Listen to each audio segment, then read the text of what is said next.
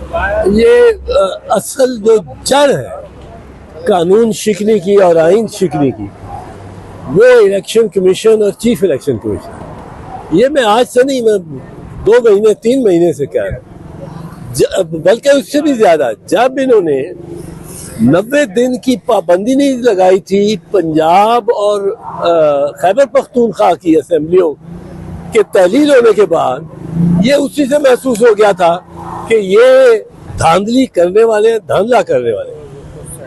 90 दिन से एक दिन ज्यादा निगरान नहीं जा सकते।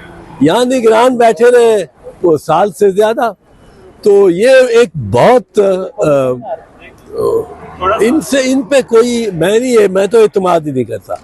इन्होंने अब जो किया काम, एक पार्टी के सरबराह को भी अंदर कर दो, 3 उस पे बड़ी बड़ी सजाएं भी ऐसी बना दो कि इलेक्शन के दौरान कि उसको कहा जाए कि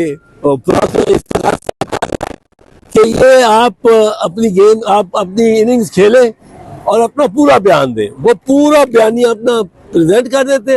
अब 342 की स्टेटमेंट, जो सेक्शन 342 की आती है, उससे शुरू होना है डिफेंस का, सफाई का की बारी आनी है।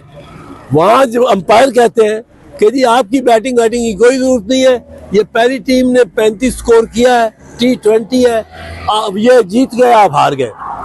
ना गवाह, ना मुल्जिम का बयान लिया है, ना मुल्जिम के गवाह, ना उसकी दस्तावेजात, कुछ भी नहीं, और फैसला कर दिया। ये कैसे जज है? इन जजेस को भी मिसकॉन्डक्ट की सजा होनी चाहिए। और दूसरी बात यह है कि ये किसी से गिर गया। दूसरी बात यह है कि इसमें बड़ी सिंपल बात है। आर्टिकल 51(6) ये कहता है कि उस पार्टी को जिस पार्टी के मेंबर आ गए हैं असेंबली में, उनको उतनी सीटें मिलती हैं, उस तनासब में सीटें मिलनी है जिस तनासब में उनकी नुमाइंदगी है। अब ये आइन कहीं नहीं कहता कि वो उन पॉलिटिकल पार्टीज में शामिल हो सकते हैं जो पॉलिटिकल पार्टीज ईवान में भी नुमाइंदगी रखते हैं, तो पहले से नुमाइंदगी रखती है। ये इलेक्ट हो गए, अब ये शामिल होना चाहते हैं, एक ग्रुप बनाते हैं। इलेक्शन कमीशन ने किस दिन वो काउंट करना है? इलेक्शन कमीशन ने वो मेंबर उस दिन काउंट करने हैं जिस दिन 3 दिन हो जाएंगे। 3 दिन ये इंडिपेंडेंस किसी पॉलिटिकल पार्टी में जाने के मजाज है। अब वो पॉलिटिकल पार्टी कहीं ये तो नहीं लिखा पॉलिटिकल पार्टी रजिस्टर्ड होगी, ये तो नहीं लिखा। ये भी नहीं लिखा कि वो पॉलिटिकल पार्टी हाउस में ही होगी। अगर एक रजिस्टर्ड लॉफुल पॉलिटिकल पार्टी है, वो चाहती है, वो उसके इंडिपेंडेंट मेंबर्स चाहते हैं कि वो उसमें शामिल हो जाए, वो पॉलिटिकल पार्टी कहीं ये तो नहीं लिखा पॉलिटिकल पार्टी रजिस्टर्ड होगी, ये तो नहीं लिखा। ये भी नहीं लिखा कि वो पॉलिटिकल पार्टी हाउस में ही होगी।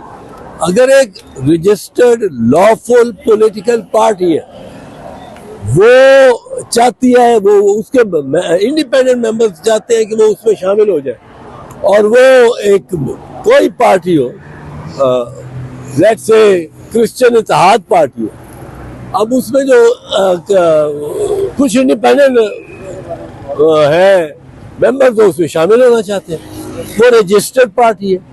वो पार्टी ऐसी है जिसका वजूद कहाँ हो कहाँ नहीं हो, सिंध में हो, बलूचिस्तान में हो, पर एक जमात में ये इंडिपेंडेंट्स जाना चाहते हैं, और वो लॉफुल लीगल पार्टी।